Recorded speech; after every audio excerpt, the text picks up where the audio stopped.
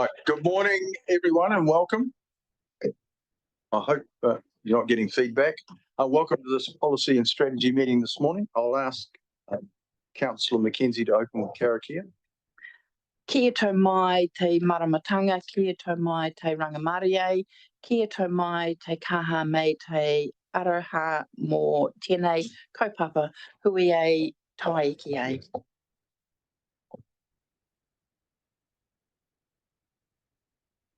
Won't go through the housekeeping today because everybody in the room has been here many times before. So we'll start with apologies.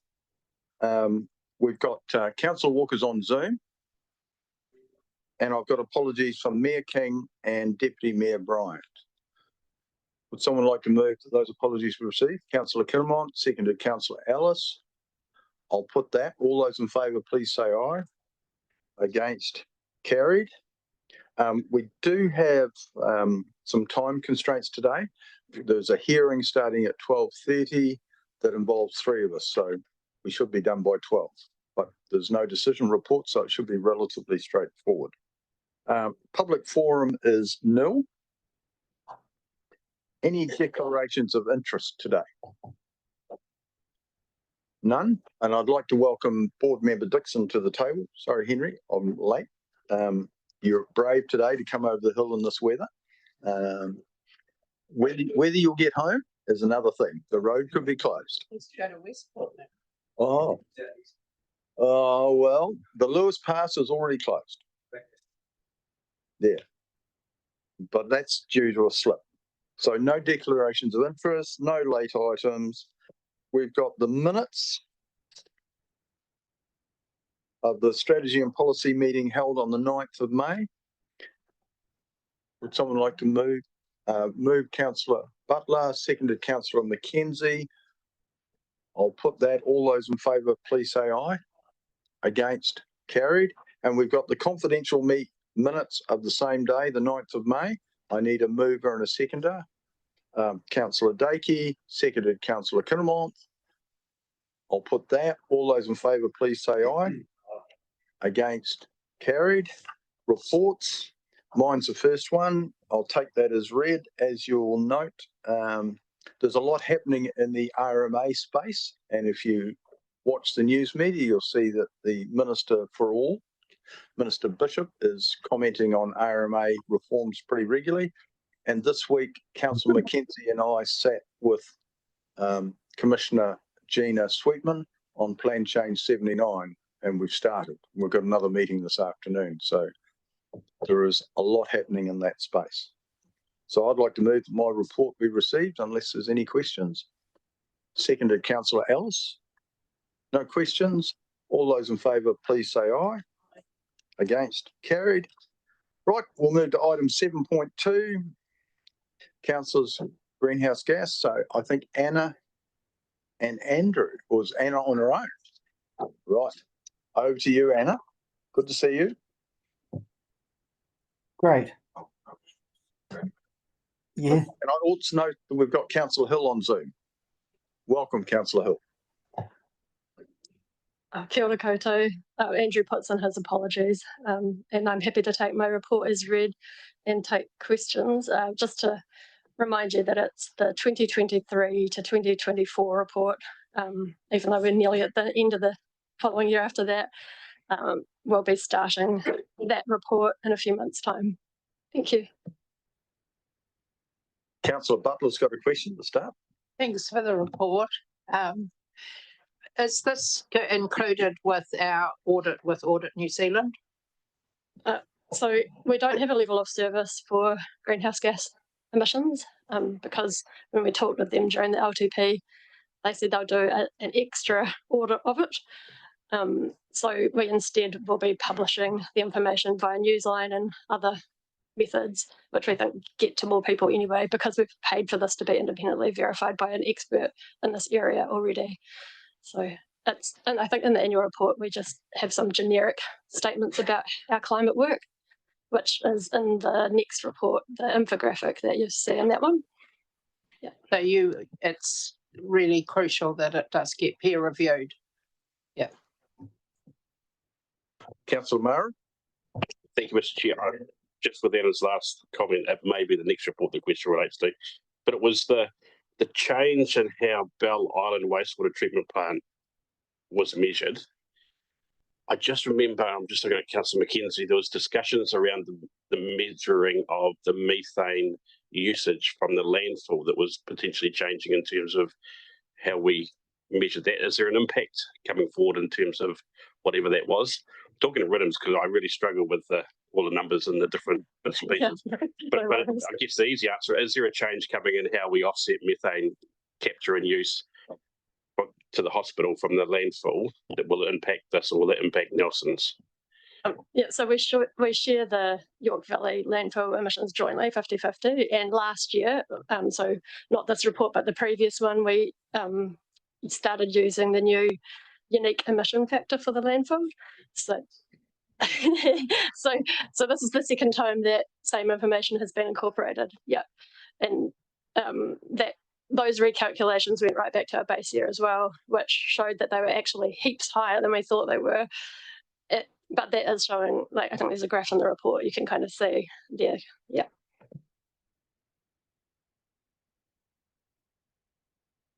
Just to comment, I know that at NRSBU there is a reasonably large solar panel unit going out there as well in the future, which will help. And I understand that we've been advised we've got some funding for solar panel units on our community facilities. So that again will help. You mightn't be able to comment on that, but I just was told this morning. Councillor Killamore. Thank you. Through you, Mr. Chairman. This is a good news story. We better run the flag up the pole and tell as many people who can that our greenhouse gases are reducing. Is there any way you're going to publicise it all, apart from, say, on Newsline or around this committee here? Yeah, so through the chair, we are hoping to do a Newsline article. And yeah, but just to be clear, the methane emissions are reducing and the other types of greenhouse gases are actually going up slightly. So there's two parts to there's one really good part and then there's the other part which isn't quite. But one reason for that is that it's very difficult to get consistent information from all of our major suppliers.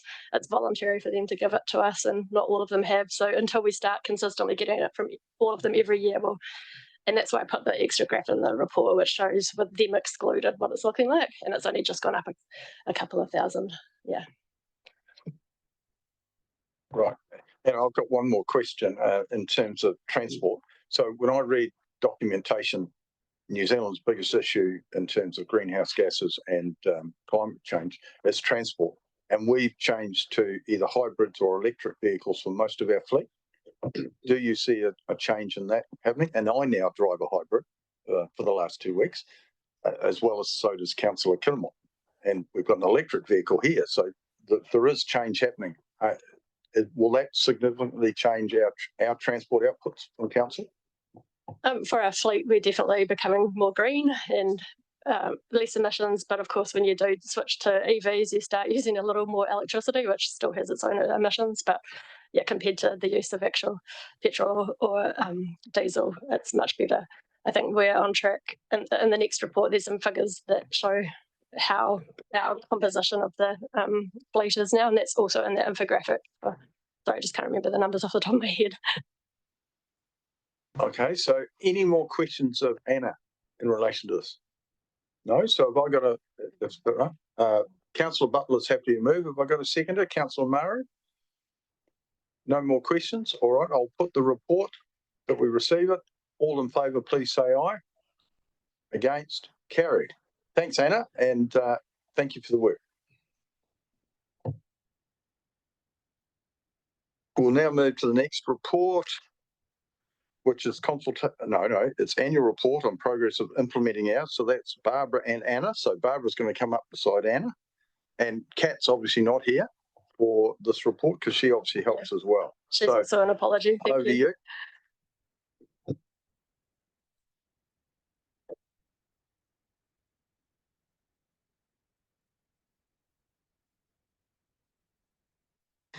Kia ora koutou, good morning. we were very happy for you to take this report as read. There are just a couple of highlights that we would like to provide you. We're actually quite pleased to present you with this annual report, climate change report. There is, as you might have read, strong progress that has been made despite tight budgets that we had. And climate has been embedded in more planning strategies and plan this year, possibly more than any other time. Local emission data access has been improved, and we've got another inventory, like Anna just said right now. Community-led initiatives have been supported of all types, from the Waimea Inlet onwards.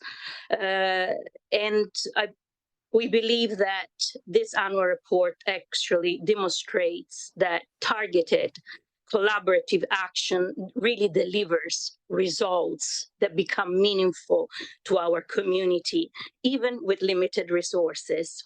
So as we're looking as a region at our next phase of growth, and I guess that now really we find that there is an opportunity to shift to an even more coordinated whole of council, whole of community type of approach, when we really are building a more resilient and low emission region. So with that, we would like to have you taken this report as read, and we're very happy to take any question that you may have. Thank you. All right, we'll start with Councillor Shellcrest, and I've got a few hands gone up, so I'll write them all down. Yeah, thanks. Through the chair, just on the 143,000 trees, that's obviously a lot of trees. Is there any more sort of planned? What sort of numbers have you got in that space? So through the chair, we are coming to the end of the funding we've had for Waimea Inlet, which has been a big amount. And I'm not actually 100% sure how much more are going up in Kingsland. And I think that the other Jobs for Nature projects have like 1 or 2 years more to run. So they're winding down. And there is, going to be a lot less in future years. These past 5 years have been really amazing for council in terms of the work we've been doing in that space, thanks to that government funding. Yeah, thank you. And obviously, without funding, you can't do it. So, but so obviously a really good thing. So, thank you.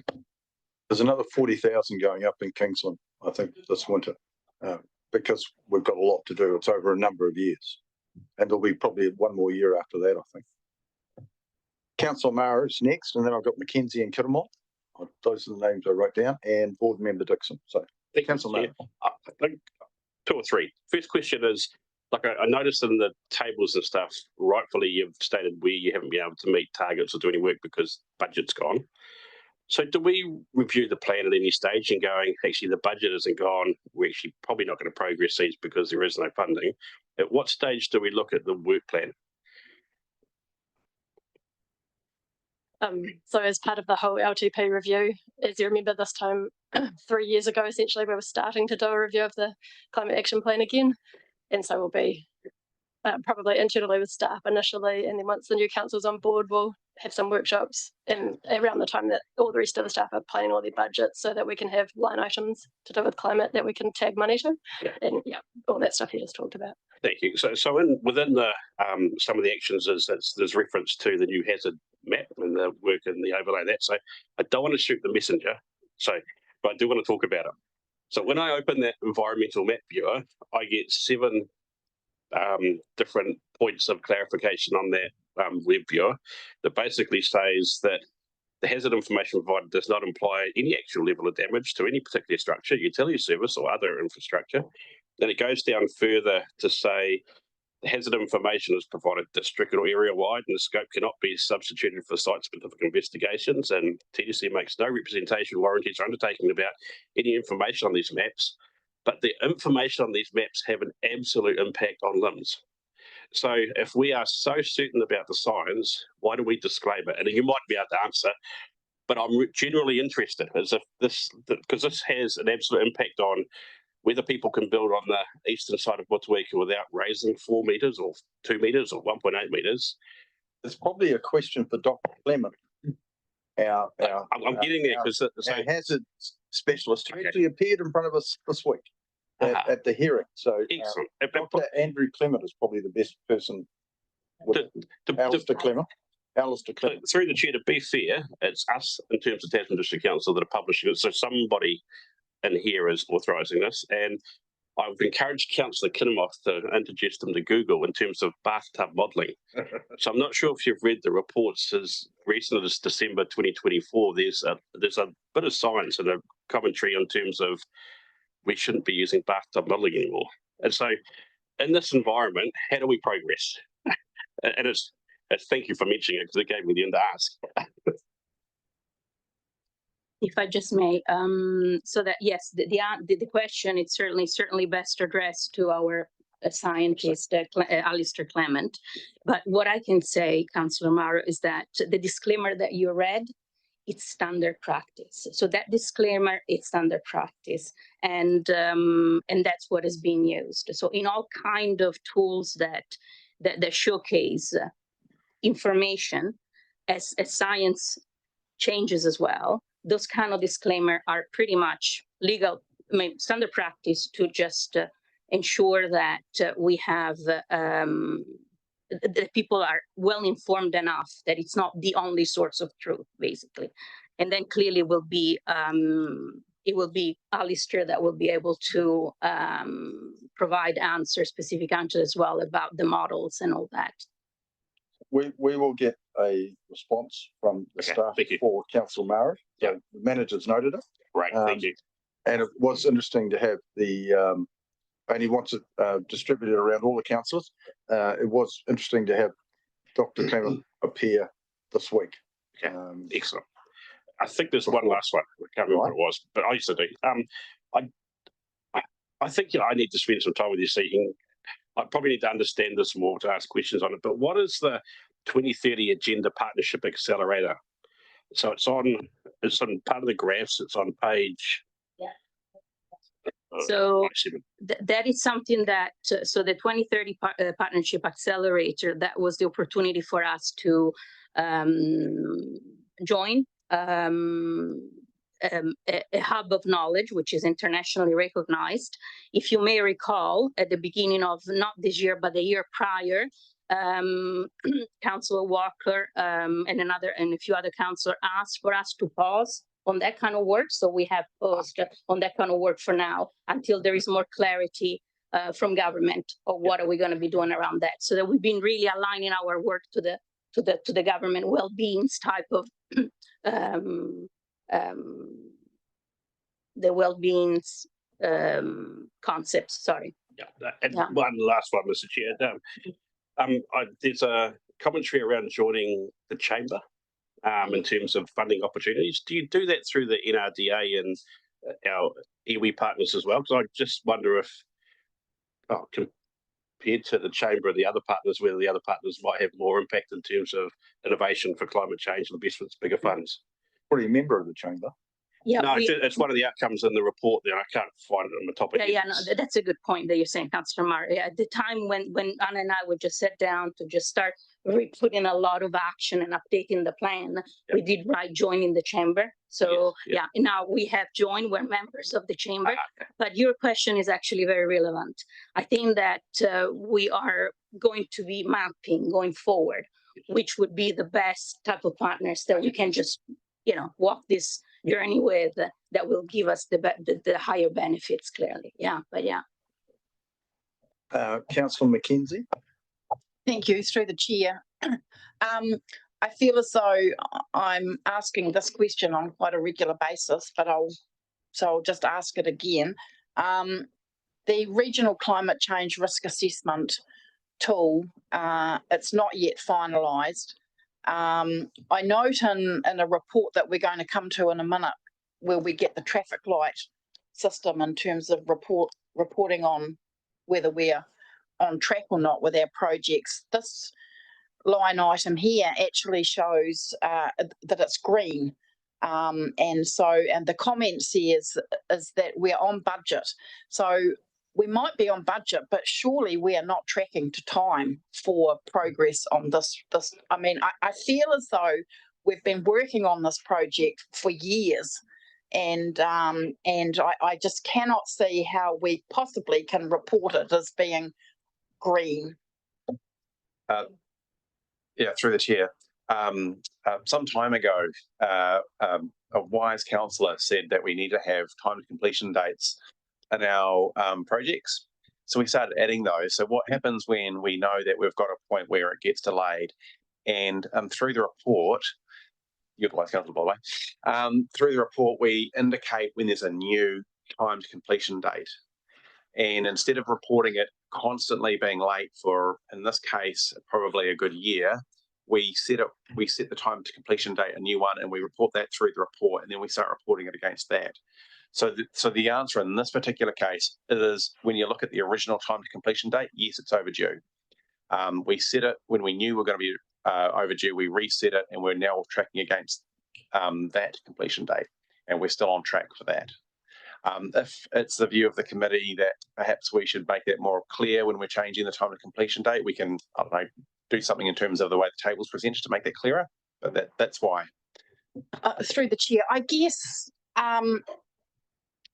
sometimes with projects, okay, so you amend the scheduled completion date, we can report it as green. I just hope we are asking the really, really hard questions about this project. Are we still confident that it's going to achieve the purpose for what we set out to achieve? Is there some underlying problem that we're just not giving us enough information on? Or are we completely satisfied that it's going to achieve our stated purpose, delivering value for money for ratepayers, and it's all tickety-boo? Through the chair, so there's the risk assessment and there's the risk explorer. In terms of the risk assessment, we've got a draft. We're going through a review process with internal experts at the moment. I actually saw an email from one of those yesterday who said they still have some issues with the report, and we're working through those with the supplier. In terms of the risk explorer, that was a nice to have feature, and we actually have a process of review over the next month, again with in-house people who will be the ones who basically were making a judgment about whether we think there's sufficient value in retaining the tool or not. So you've at this point, we've got a bunch of assessment and a tool submitted by Urban Intelligence, and we're going through a process reviewing it to see whether we think it's acceptable or not. In terms of the assessment, we'll be telling them to go back and do work. In terms of the Explorer, we'll be deciding whether we keep it or not. And the total sum of money we've invested in the Explorer to date, just so we're clear, is $8,000. So, yeah, and the license cost going forward, if we choose to accept it, is budgeted in the annual plan. It's about $30-something thousand. But we're going to do exactly what you've asked us to do and decide whether we get value from it before we decide whether we progress with it or not. Okay, just my next question relates to under goal 3, we've got the progress highlights, and under challenges, we've got a bullet point there.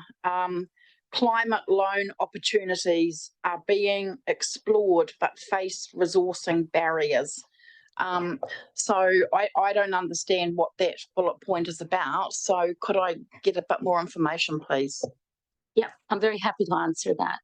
So this is about the sustainable loans that the government provides. Now they've been halted. They went and then they stopped and everything. And we've been inquiring of what would it mean for us to access this kind of loans. Now, they are very administrative top heavy, hence the fact that it requires different resources, support in order to run them. So that in the last month or so, the government has re-kicked back this loan type of scheme, and we're looking at them again for the first time after a year and a half, basically, that they were halted. And we're really looking together with our CFO and our finance people, whether it's really value for money to access this kind of loans, meaning that if they become so administrative top heavy, then we can access the loans, but they're going to be not a lot of benefit to our communities. The idea of accessing loan is really to give the best output to our communities, not lose the money into administrative type of management. So we are reconsidering that now in the last few weeks, but that's a really, really relevant question. Okay, I'll move to councillor Kittermore. Then I've got board member Dixon and councillor Ellis, and I hope someone's going to move acceptance at some stage. Thank you. Through you, Mr. Chairman. Well, you did. If you excuse me, I did a bit of speed reading. I might not have read all the details of your report, but I like the idea of solar panels going onto the new facilities. Is it new facilities or retrofitting existing ones? And what's our policy going forward on solar panels on our facilities? Yeah, that's through the chair, that's a really good question. So just for clarity, we have not yet secured that funding. We are exploring the possibility of, we will be putting a request for accessing that funding. At this stage, we are shortlisting sites, community sites, RISE, council facilities, and we need to provide government with a short list together in collaboration with our CDEM colleagues, clearly. And we're just at this stage right now. And in a few days' time, we will need to collect that information and we will then provide, put the application forward. And yes, a policy will be developed to not only to look after what is going to be happening. We have high confidence that we're going to be successful in this, but as well going forward to go ahead and just make clear how renewable energy in communities is going to be developed, especially with the high interest in government in renewable energy. This is all good, positive stuff, and I enjoy reading these sorts of things. One last thing, staff campaign to relaunch and Take the Jump. Just very quickly, can you explain what Take the Jump means? Yeah. Okay, so Take the Jump campaign, that's an international campaign that has been embraced by the Nelson Tasman Climate Forum, and we have representation of 2 of our councillors in that forum as well, in the leadership group, and some staff members at times. And the Take the Jump campaign is again, it's a global campaign that originated in the in the UK, and that just provides a fun way for people to change their habits. And just it's quite straightforward. It's got a very strong communication. It just it resonates very well with youth and younger people. And the line that you read, we are piloting the campaign internally with our staff at the moment, and then we will be coming back to the mayor and councillor to this in the moment, and if we wish to bring it widely into the community. At the moment, we're happy with internal type of trialing. Yeah. Sorry, probably the guts of it is try and reuse as much as possible without throwing it away. So it's just a bit of an internal campaign that we're doing as an organisation. That's about just this sort of stuff in the staff room. I think there was some second-hand clothing sort of stuff going on there, reuse of things. So it's a bit about that as well. And yeah, changing eating, some of this stuff just to reduce the environmental impact. That's really what it's about. Board member Dixon. Thank you through you, Mr. Chair. Just a little question about the construction industry waste diversion. It looks like it's going really well, but I'm just wondering with the waste that's diverted. I see you had a market day. Firstly, how did that go, and are there plans to expand that to other areas, or have them more often. That is really a real success, and our waste minimization colleagues have been working in this space, and so that day was, from what we hear, an incredible success. It really allows the reutilization of materials. And like John said, the circularity of utilizing things, which is part of the Take the Jump campaign as well, and many other type of campaigns around the world. And yes, there are plans to continue this very successful type of initiative, because it just resonates very well with the community, and resonate not just with the community as individual groups and everything, but it resonates very well with tradies, businesses. And so that's another layer of community that we really would like to bring us along. Yeah, thank you. Oh, thank you. Through you, Chair. I'll just go something about this colours on this thing. I can't find what I was looking for. Good to hear about the solar panels. It'd just be good if we can have our engineering on track for that, making sure that we don't have any further issues. And the other one is, I just can't find the actual quote. That'll teach me for not flagging it. But in here, there's just a little thing about the Motor on the Move and the national ticketing system coming in by July 26th. Have you had more information? Because my understanding was that it's being delayed and NZTA don't actually have a date to bring that in. Through the chair, Jane's here. She probably can provide you the most up-to-date time. I was right behind her. Let's see. Yes, oh, it's fine. That's it. Oh, it's fine. Thank you, Bob. Yes, the Motor on the Move has been delayed. We haven't got a confirmed date at the moment. They've got a number of technical issues that they're working through, but it is looking at like the end of the year, end of 2026 at this stage. So just in the report, it still says mid 26 or whatever it is, or 25. So it's just a slight error. Thank you. Councillor Walker, good morning. Got it. I hope you may be able to hear me. We can hear good. Oh, good. Hey, I'm just piggybacking off those conversations, councillors. I'm through you, Chair, sorry. I'm piggybacking off those conversations that have already happened this morning around the solar panels. And it's fantastic you're putting submissions in. I just want to ask Barbara, will we get to a point where we piggyback off the success of those panels? Because I know that a guy called Kevin Furry has regularly turned up at Motueka Community Board and talked about the gains that we get and how they could be passed on. So I'm wondering if your new applications for more of these solar panel systems will work in collaboration with other people, or at least in collaboration with our own resources.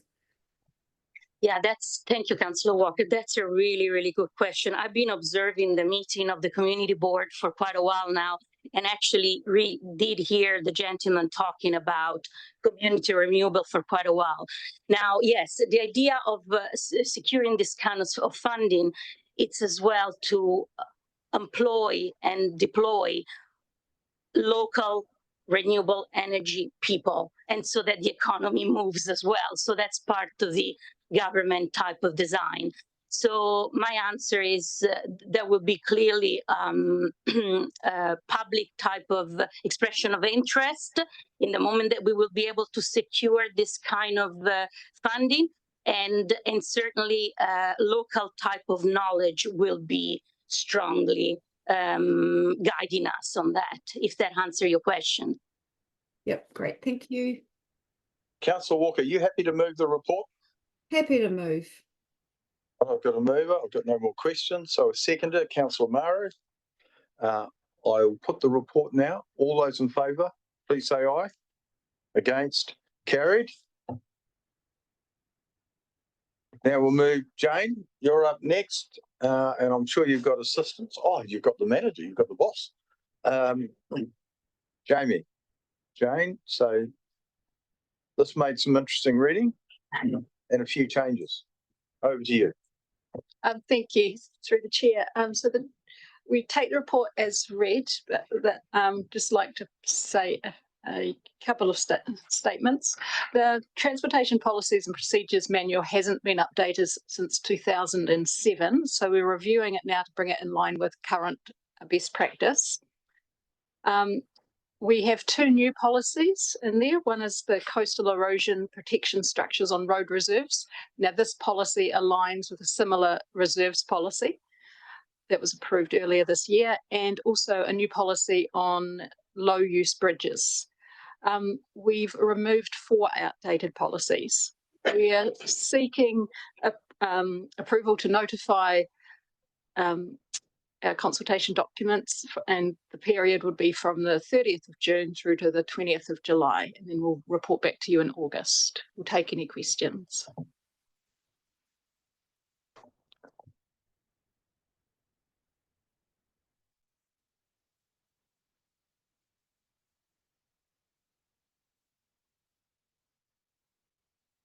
Thanks. I've just got a comment that as regards it's sort of mirroring the council policy of structures, coastal protection structures on council land.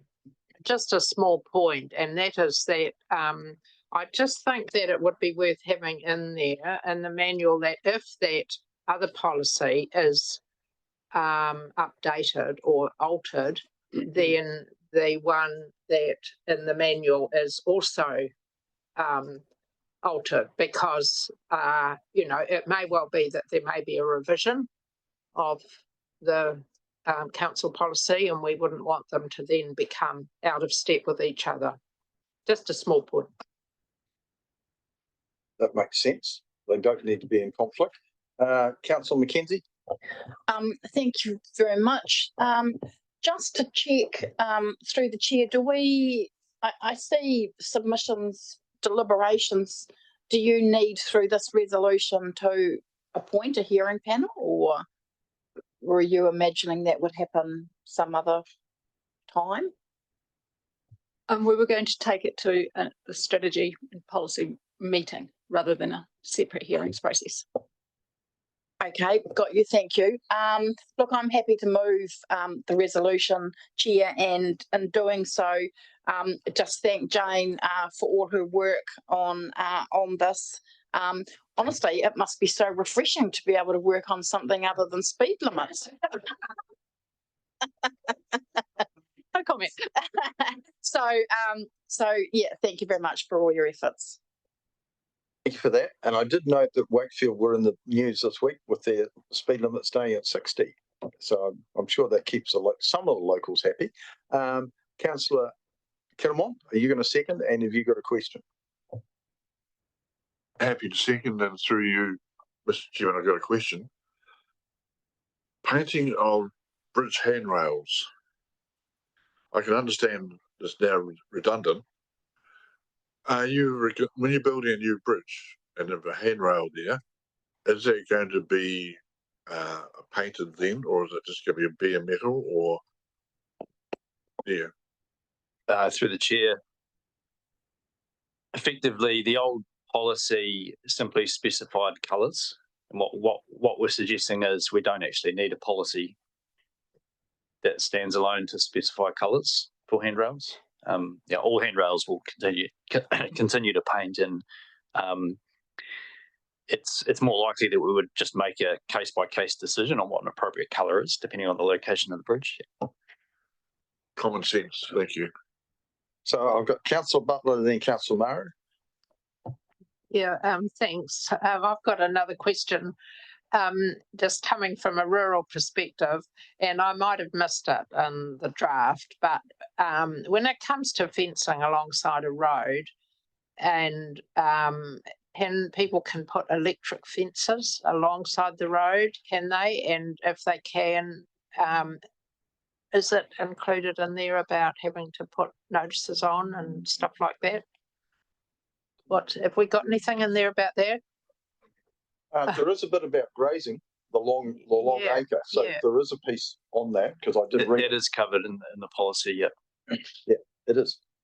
Under the grazing, yep.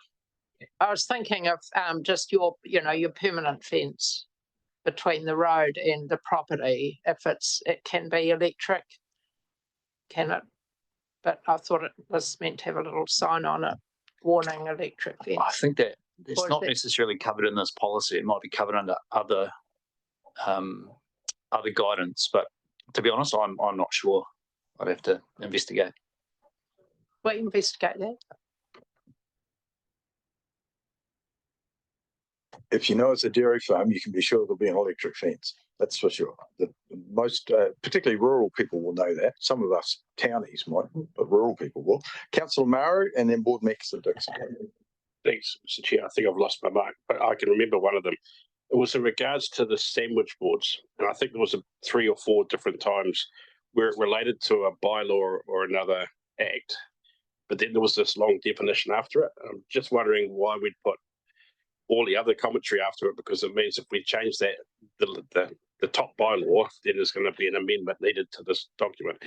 And my apologies, I don't think I was at this workshop, but that was the only comment I had. There's 2 or 3 places where it referenced whether it was traffic control device, whatever the rule was, and then it had some commentary in some of the statements. I'm just wondering why we'd have the additional stuff when, if the substantive rule changed, we'd have to come back and amend this. Through the chair, yeah, sometimes it's a bit of a judgment about trying to put information in front of people when they're picking up a document, rather than referring them to 7 different places where they might not actually bother and might not actually get the information they want. But I definitely appreciate the point about if a companion document changes, then you might have inaccurate information. We'll definitely have a look at that in the drafting of the final version. Yep. Board Member Dixon. Thank you, through you, Mr. Chair. Just again, coming from a rural community, the new policy around the low use bridges, have you looked at how many properties this might affect? Because I can think of some in Golden Bay that could be completely isolated without the bridge access. And so that would, is there some sort of scope for flexibility with that if they become uneconomical to maintain? Through the chair. So, there will be probably several dozen bridges, but potentially in the low use category. And the draft policy takes probably a softly approach. It simply indicates that there would need to be a conversation about who pays, and where the balance lies between private benefit and public benefit. If ratepayers' money is going to be, put towards these structures. But yeah, I guess it would be good to get feedback as part of this process and see, how overall the community feels about where its money gets spent. Yeah. Thank you. I'm sure we'll get feedback about that subject in particular. Councillor Ellis. Thank you, through you, Chair.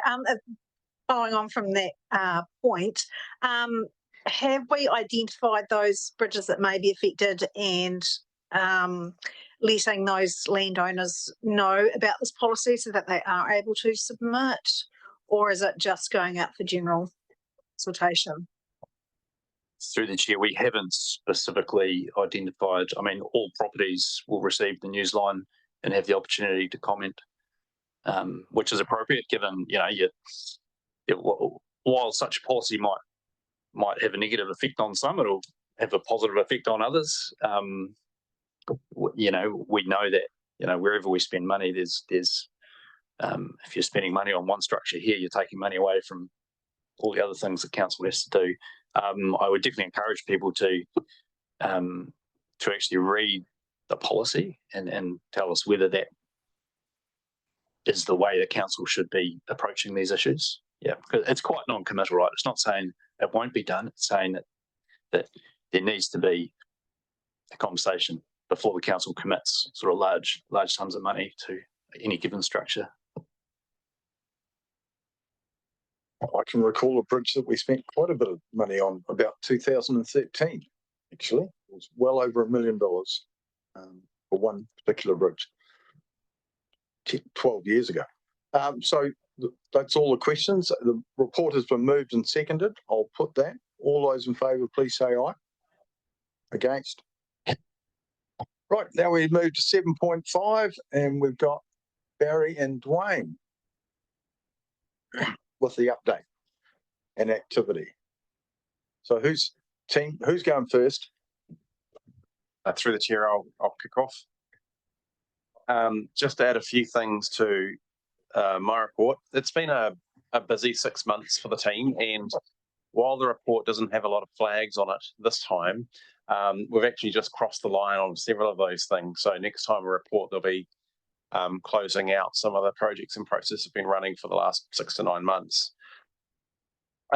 Just an update on a couple of them. The first is the inflow and infiltration plan.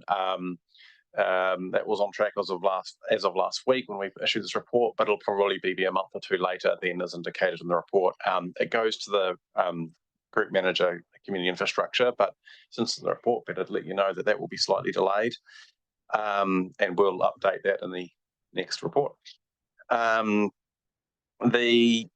mentioned this at the last Strategy and Policy update report, but around the community lease policy, there's a workshop, I think the 7th of July? 10th, of July, with you on this.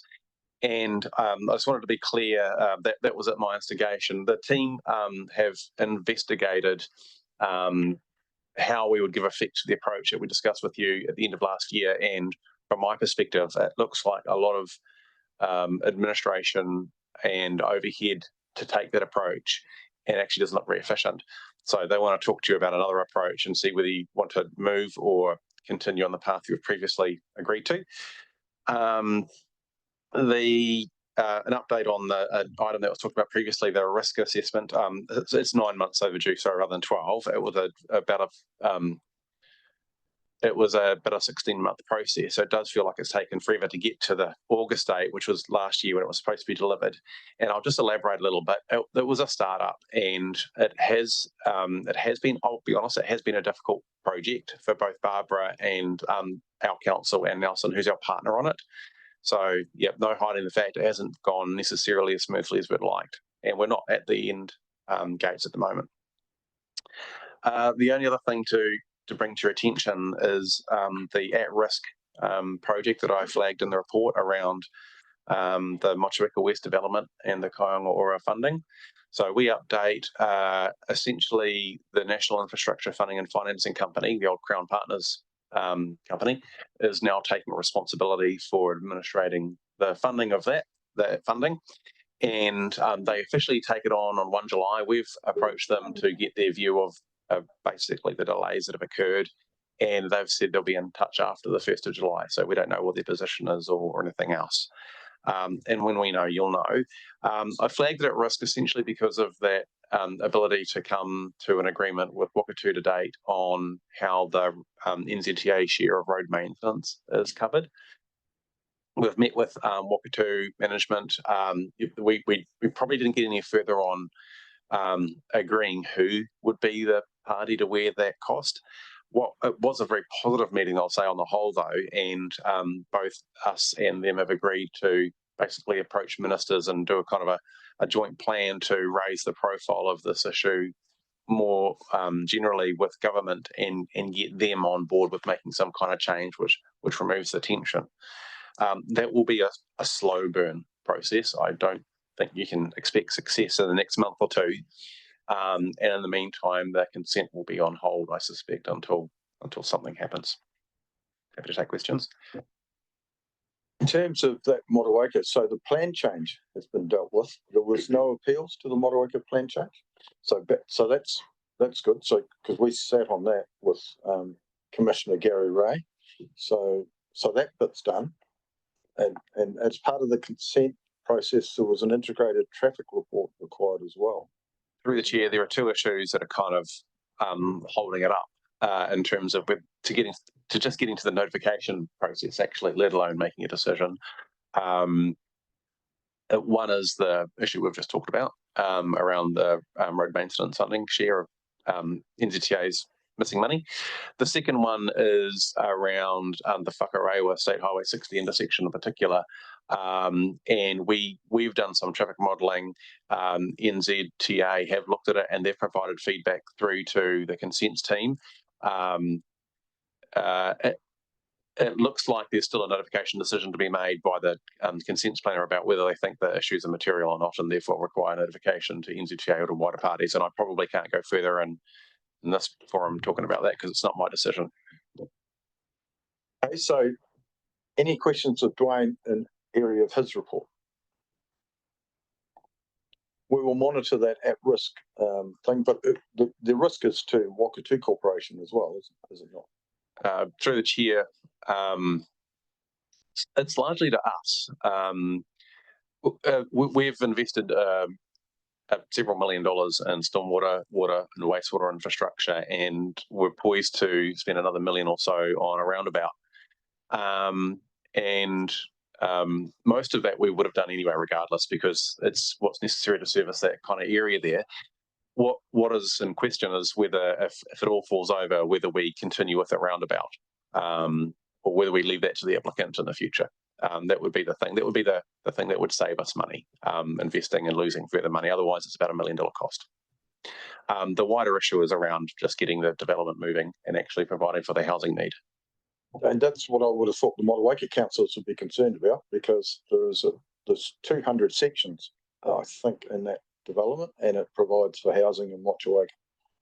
So we will want to be updated as soon as we can. So watch this space. So no questions of Dwayne. I can see Councillor Mara tapping the table, but he's thinking, not asking a question. So as long as we're informed about it, because like you said, we've invested some money. Councillor McKenzie. Thank you, through the chair. Just sort of thinking that through. So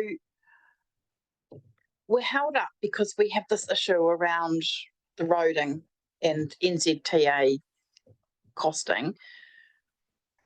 We're jointly going to try to progress this issue through a complex, difficult piece of legislation. You say that it's probably not going to be a fast burn, it's going to be a slow burn. I mean, a slow burn, I'm thinking a long, long slow burn. And so I guess at what point do the parties sit back from it and say, maybe there's another way to deal with it? I mean, are you concerned that this might be 1-2 years to pursue this through central government? The honest answer is I don't know how long it'll take.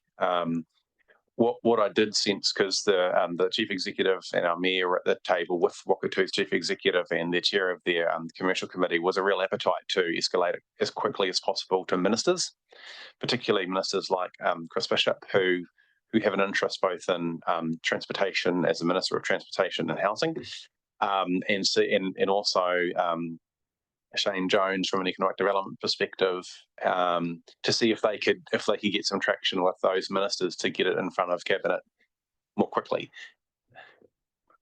And it's your guess as good as mine as to how successful, how quickly that will move. So it could be months, or it could be a year or two, as you've indicated. Can I just be clear in my mind about it? So in order to achieve the outcome that we're seeking, does it require a change to legislation, or is it simply a policy decision?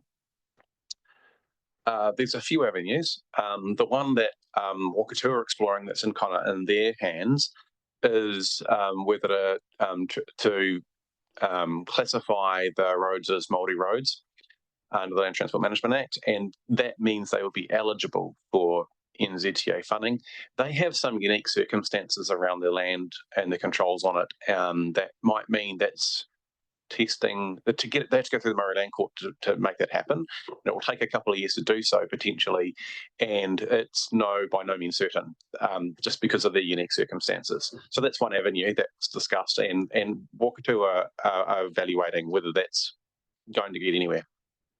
From a government perspective, the government can either change the government policy statement and just simply declare such, we've got an easement of the nature we can that is eligible for funding. And that's the quickest way possible to do it because it's within the control of the current government. It doesn't have to go through Parliament. The other way is to provide direct funding to NZTA to pass it through to us, which would require an appropriation. That could happen just as quickly. And the long-term solution is to change law, is to get legislation changed. So the GPS is probably the quickest, most expedient way of getting it changed.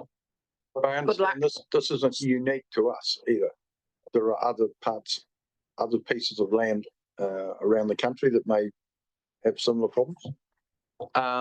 There may be. It would appear we're the first large development where it's not easy to make the roads Māori roads and therefore be eligible for funding. So, yeah, what the staff are aware of is that there are other iwi who are interested in taking a similar course to Wakatū for their developments, which would mean this might become a bigger problem in the future. Okay, Councillor Butler, and then we'll move to Mr. Johnson. Yeah, just sorry to follow on the discussion. Would I be right in saying that Wakatū are driving this? Because it's really helpful to know when we're talking about how long it's going to take and what would have to be done to make it happen to get these houses. Because it's my understanding that council is not driving this, so that therefore that means that Wakatū must be driving it. Through the chair, if you mean in terms of the approaching government to try and get change, it was agreed that we'd take a joint approach. And I'm sorry, I cannot remember the details, but we would focus on some ministers and Wakatū would focus on others, but in a joined up approach, a coordinated approach. Yeah. Okay, that's helpful. Thank you, Dwayne. That's interesting. We will watch the space. Barry, over to you. Thank you. Look, I'll take the report as read. Just a couple of updates. In terms of the Wakefield plan change, we're still waiting to hear back from the Environment Court. We reached a solution through mediation and hopefully the judge will sign that off and we can put that one to bed, hopefully pretty quickly. You've heard about Motueka West. So there's one piece of the puzzle that's completed in terms of the plan change going forward. Our third zoning plan change, the hearing commenced on Monday this week. And we had a day of submitters and submissions and that hearing's been adjourned. And there's going to be some caucusing between planners to see if they can find a resolution to some of the points that are at stake. There's a lot going on. The team's got a lot on at the moment. As you know, two very big plan changes, the freshwater plan change and the urban growth plan changes that'll be brought to this committee in early August for decisions around notification and moving those forward. But one big milestone we reached yesterday. So after 27 years, the TRMP is now online. We've got an online version of the TRMP, fully integrated. So that's been a big project. It's taken 12 months to do. We got some funding from the Better Off funding through government to actually initiate that. So I'll put some stuff in your pigeonholes later today so you can get access, have a user's guide and have a look at it online. But it's a significant milestone. It'll speed things up and reduce our costs going forward as well. So really good success. But yeah, happy to take questions. Thank you. All right, thanks, Barry. Councillor Murray. Does that mean you're going to burn those big folders, Barry? Sweet chair. That's the plan. We're going to have a bonfire. I mean, we used to get issued with those and then you get issued with an update every 3 months when something changed. And it was like the old police general instructions that you had, it was paper-based and it was just a mission. So with that question, Mr. Chair, happy to move. Yeah, thanks for that. Barry, I think it's worth maybe just talking a little bit, if we can, around the RMA reform and the significance. We're beginning to see some detail now, and as a unitary, it's probably more challenging than it is for a TA and a regional, I'd say, from what I'm seeing. Barry, I don't know if you want to sort of add in any way. Yeah, probably a little bit. Certainly, you know, the timelines the government's gotten very ambitious. And from what we anticipate, we will have about 2 to 2.5 years to complete the transition from what we have now in terms of RMA plans and regional policy statements through to a spatial plan and then a local urban plan and a natural resources plan over about 2.5 years to do that, which is really quite a significant time frame because it also overlaps with our LTP timeframes. So as an organisation, we're going to be very stretched. It's pretty ambitious from the government. So, you know, we're going to have to be very careful that we're and very front foot this so that we're placed really well to start the process sooner rather than later. So rather than being told, I think what we plan to do is be as prepared as we can for when it comes, and as we get more information, we can reassess and make more plans. And we're having conversations with Nelson City, right? I mean, I think Monday's a conversation, so we're having conversations regularly with Nelson. Yeah, through the chair. Yeah, we are. So I'm talking to my equivalent, Nelson, around the opportunities, especially around the spatial planning. We do that with future development strategy already. So it's kind of the next logical step is to get ourselves positioned and prepared side by side so we can go forward in that respect. Yeah. So my understanding is it's a joint plan that hasn't changed from what we had from the previous government. So they're basically region based, aren't they? Well, the devil will be in the detail, but at the moment there's no indication that we must do it with Nelson. But it makes a lot of sense, and we do. You know, we work a lot of stuff with Nelson already. You know, there's efficiencies and there's logical connections, so the rules don't change when you get to Champion Road, for example. Just to get rid of some of those kind of things we have at the moment. It would certainly be the message you would get from our business community, who I'm going to be with tomorrow at Aspire. They want one set of rules across the region. Councillor Butler. Thanks, through you, Chair. Just the 4.6 and no requirement for councils to change their regional policy statement. But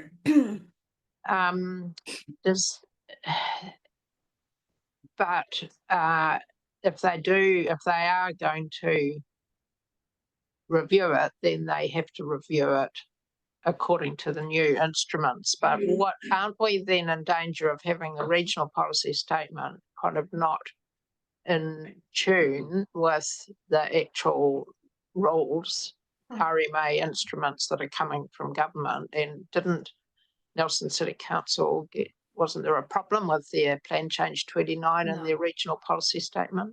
We can think that and we can understand that. Through the chair, part of the issue Nelson City Council had with their plan change, which is very similar to our Plan Change 81 urban growth, is that they changed their plan but not the regional policy statement, so the two didn't talk to each other. So going forward, we've learnt from that, and the Plan Change 81 also includes a change to our Tasman regional policy statement, so that we do have that clear line of sight from RMA to the national policy statement to our RPS to the plan. Certainly the package of national direction we've had at the moment, the message we've got is that it will take effect immediately because it'll have an effect on resource consent. So the changes are focused, even though they're policy statements at a national level, on influencing consenting and outcomes through consenting. But what I flagged there is that there's a bit of inconsistency in the messaging coming through. And I think with changes to 16 different instruments, you've got multiple departments and multiple teams and multiple departments working on individual instruments, and they're not necessarily talking to each other. So that's why I think we really need to be careful that we do pick up these things and we do submit on them, because I'm concerned there's not a lot of coordination at a national level, just given the speed and the complexity of it. It to me sounds like it's going to be very challenging next couple of years, one way or the other. But I just read the paper you gave us on going for growth and housing, and that looks pretty ambitious as well. But it would be useful if the government helped us in Motueka, because that would help what they're actually telling everybody to do. All right. Any more questions of Barry? Councillor Dakey. Thank you, through the chair. Plan Change 81. Probably know where this is going. Thank you for circulating the submissions. If I could ask that every time we get this sort of process that they get circulated, I prefer the full format, diving down into people's circumstance. It's quite valuable. So I appreciate those being circulated. when we looked through those, obviously we went out with a secondary question or a side question about rural living, and there was actually quite a lot of feedback in there about that. Hopefully we are able to capture that information and bring that forward. What method that progresses at will be a discussion with workload and such. Do you have a idea of how that might be being brought forward to the council, whether we're going to do a workshop, or have you had a thought around how we might progress it, capture that data, number one? How are we going to capture it, and what are we likely to do with it at this stage? Yes, through the chair. We do have another workshop in Plan Change 81 coming up. So the team will touch on it there in terms of how much we can take that forward. It'll depend on capacity and how significant the changes are. But I anticipate that type of stuff will be a separate plan change, a separate package, because there is a lot of work to do, as I've kind of indicated. So the first step is to have that discussion around the table at the next workshop we have to see where we get direction and where we go from there. I look forward to that. I think this is one of those things that sat around this term in the background, and we've seen a bit of feedback there, so community's interested in it. In fact, it was one of the few categories I saw no objections to, really. People were very excited about the idea, and I'd be happy to see a full suite of ideas on how we can progress this from, really likely to impossible, but, just the full range, and we can just have a discussion and see what we can achieve, even if it's only setting something in phase for the future, but just something so we can say to the community, we heard it and this is our path, because it feels like it's been a bit of a lost message. So appreciate that. Thank you. All right, no more questions? Or we've got a question and a mover and a seconder. Through you, Mr. Chair, I'm happy to move. Just one question. You're worrying me about the resource management changes. It's going to be challenging, I think, is the word you said. Challenging in respect to lack of resources, lack of funding, lack of understanding what's coming out from central government. I don't know whether Mr. Greening, Councillor Greening, is on board here, but looking at additional staff, is that what's in your back of your mind? What do you mean by challenging? I think the time pressures, it will be resourcing. So it's time and money at the end of the day, given the indications for, if we've got a very short period of time to do it, then it's time, cost, quality kind of triangle, and you have to pick two. So that's the kind of situation I think we'll be in terms of going forward, and we'll have to make the best of what we've got, I think. All right, so I've got a mover. Have I got a seconder? Councillor Butler. Thank you for your report, Barry. I'll put that. All those in favour, please say aye. Against? Carried. I'll now come to Councillor Mackenzie to do the closing karakia. Kia hora te marino, kia whakapapa punamu te moana, aroha atu aroha mai, tēnā tātou, tēnā tātou, tēnā tātou katoa.